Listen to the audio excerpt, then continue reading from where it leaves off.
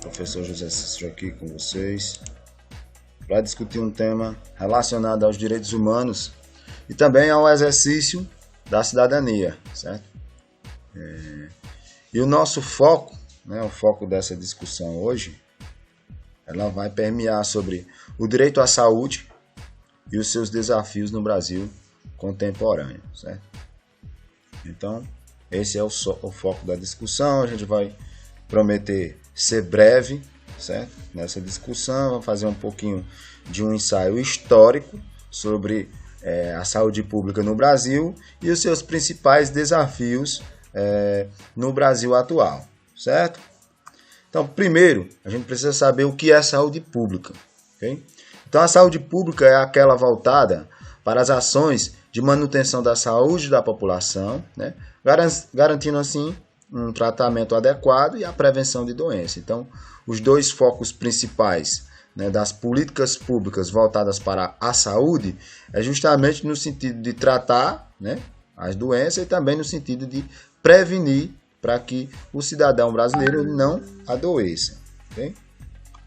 Como eu já havia dito, a gente vai ter um pouquinho de um ensaio histórico. Claro que a gente não vai se deter a todos os fatos, mas vamos dar uma resumida, sobre esse assunto. Então, lá no período colonial, a saúde pública ela é marcada pela ausência de qualquer política pública direcionada à saúde. Então, nessa época aí, apenas quem tinha acesso à saúde era apenas o pessoal que tinha um elevado nível social, certo?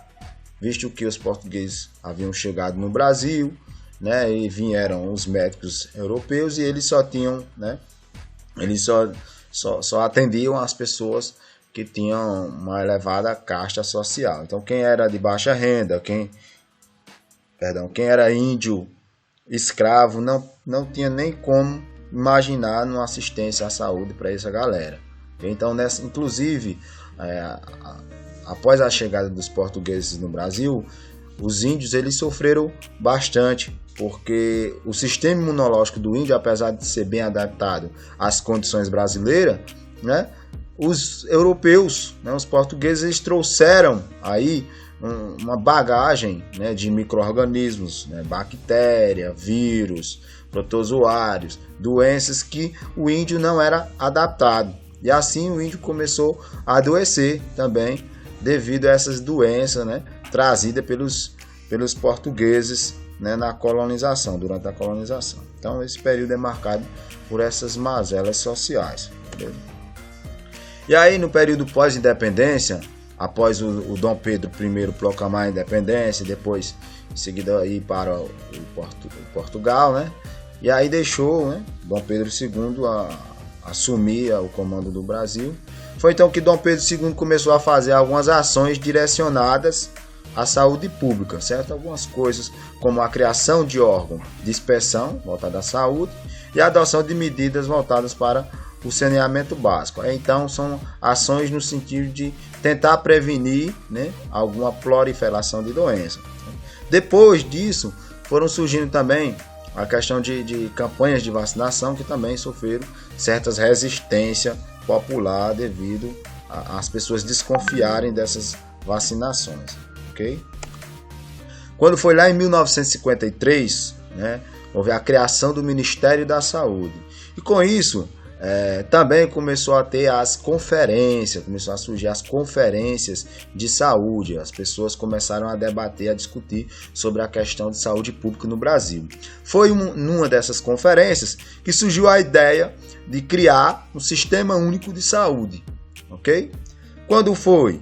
Lá em 1988, com a instituição da nossa Constituição Federal, a nossa lei magna, a lei que rege todas as outras leis do país, que também é conhecida como Constituição Cidadã, pois ela se baseia nos princípios da Declaração Universal dos Direitos Humanos, Então ela se baseia nesses princípios, ok?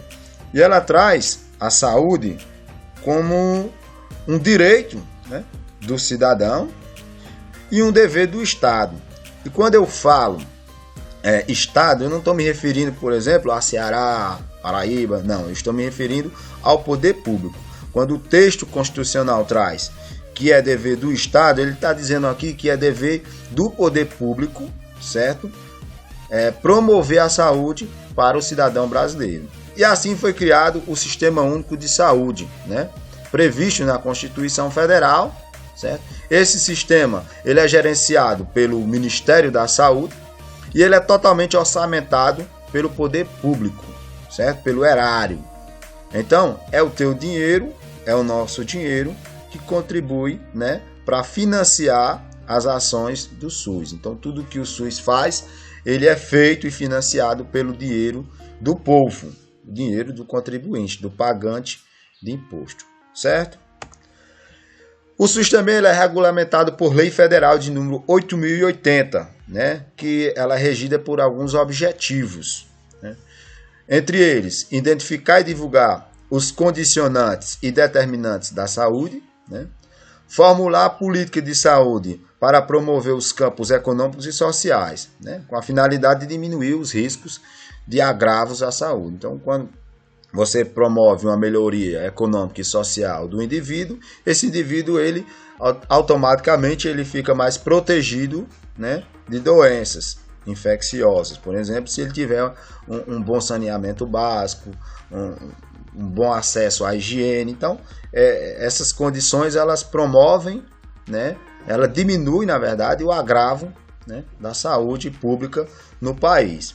Também, um dos objetivos é fazer ações de saúde, de promoção, proteção e recuperação, né, integrando ações assistenciais e preventivas. Então, o SUS também ele tem um cunho assistencialista, também tem um cunho preventivo. Um dos exemplos clássicos, né, que a gente pode dar de ações preventivas são as campanhas de vacinação. Okay? E aí a gente chega na questão da situação da saúde pública no Brasil atual. Certo? Claro que houve várias mudanças, né, várias melhorias do Brasil colonial até então, né, até o Brasil contemporâneo, mas hoje a saúde pública ela enfrenta vários desafios, né? Entre esses desafios, a falta de médico, né? O Conselho Federal de Medicina ele estima-se que exista um médico para cada 470 pessoas no país, né? Outro desafio é a falta de leito, né? E esse problema ele se agrava mais quando a gente começa a pensar, né, sobre os leitos de UTIs. Né? Quando a gente fala de leito de UTI, essa falta ainda é maior.